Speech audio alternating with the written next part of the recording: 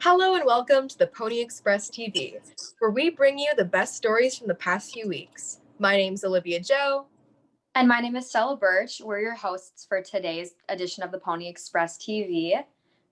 Starting off, downtown Stillwater is adding a little sparkle to this winter season with a beautiful light show with hopes to charm tourists and locals alike. Let's hear the details from our field reporter, Josie Crombie. Starting the return of winter, downtown Stillwater had a brand new revamp that includes lights, tunnels, snowflakes, and many other things to get into the winter and Christmas spirit. This attraction is called Wintertime in Stillwater. Since the new additions, there has been a mass amount of Stillwater locals and other Minnesota residents coming down to see all of the beautiful lights and decorations, provided by many organizations and the mayor of Stillwater. So why are the locals going to see the lights? Senior Roman Rogotsky can explain. I decided to come see the lights on a fine Saturday afternoon because I thought it would be a fun thing to do. The Stillwater Light Show contains the entire mile of Main Street filled with snowflakes and rooftop lights that light up all of downtown. It also includes a beautiful light tunnel which you can walk under and enjoy between 5 p.m. and 10 p.m. every night. In downtown Stillwater, there is no end to the Christmas spirit and joy brought to you by the lights.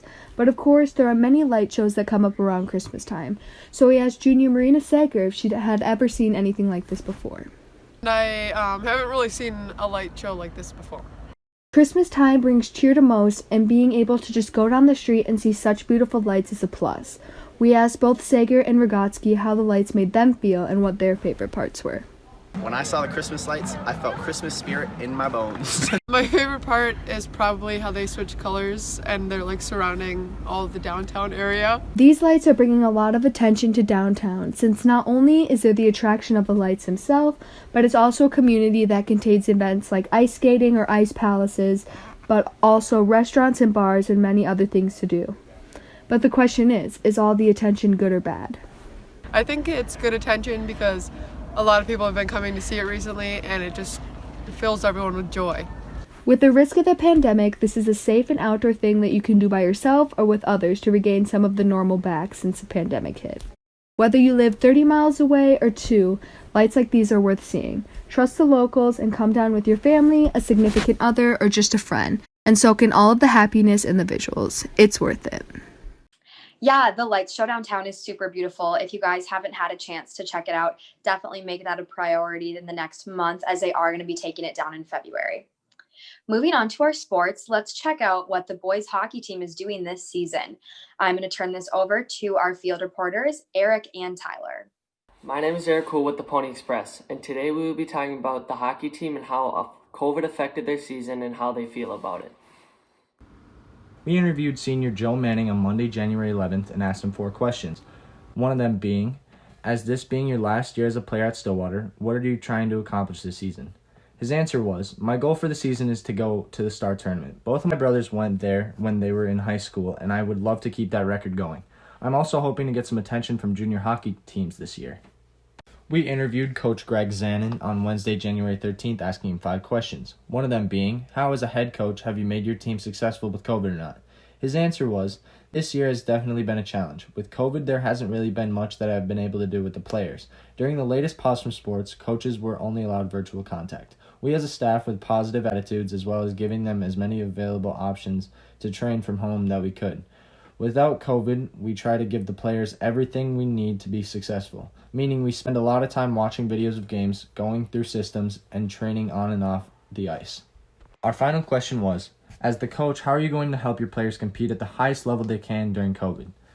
His answer was, as coaches during COVID, we have to be positive and understand that it's going to be a challenge, but come every day ready to work and teach our players to deal with adversity and push through to be their very best. Thank you for watching and hope you enjoy the upcoming hockey season. Thanks again. Well, it looks like our hockey team is off to a great start this season, and we're wishing them the best of luck. And moving on to our final segment for today, online learning has been a difficult transition for everyone this year. But how are elementary school teachers tackling the challenge? Aiden Flock has the story. This year has brought upon some unique circumstances. The elementary schools have been all online for a little while now. The teachers at the elementary schools have been experiencing a great deal of change, and so have the students. 5th grade teacher Mr. Flock has run into roadblocks throughout the year when it comes to connecting to his students. Online classes have made it tough to form the bonds that are normally created between student and teacher. Oh, there are quite a few things that make it harder. I think when the kids have their cameras off, it's very difficult teaching to a blank screen, and I realized just how much I kind of feed off of my students' comments during a class. When they're all muted, and I say something and you don't get any kind of a reaction, it makes it difficult. I even found I miss the little background noises, the pencil scratching, the kid in the back of the room whispering to someone else, thinking that I can't hear them. I think just some of those little things, not being able to hear that or see the kids, has been probably the toughest, what's made it the hardest. The teachers aren't the only ones feeling the separation from their classes. The students themselves have also seen a lot of change, which can be difficult for their young minds. Molly Stiefel, a 5th grade student, feels similar to Mr. Flock, but on the other end. Well, of course, not being able to see your teacher. It's pretty weird to not be able to hang out with your friends. Yeah, you miss them a lot. But otherwise, I feel like that they would give you the same work, just a little bit tweaked, it for online. And I honestly like it some. Online school doesn't have the same feeling as being in class with your peers. Not seeing your classmates or teacher isn't normal for students. 5th grader Jasmine Elikim has plenty of things she misses about in-person school. I miss seeing my teacher and friends, of course, and I also miss playing with my friends at recess and meeting new friends in school. However, there are some changes she likes more than being in person.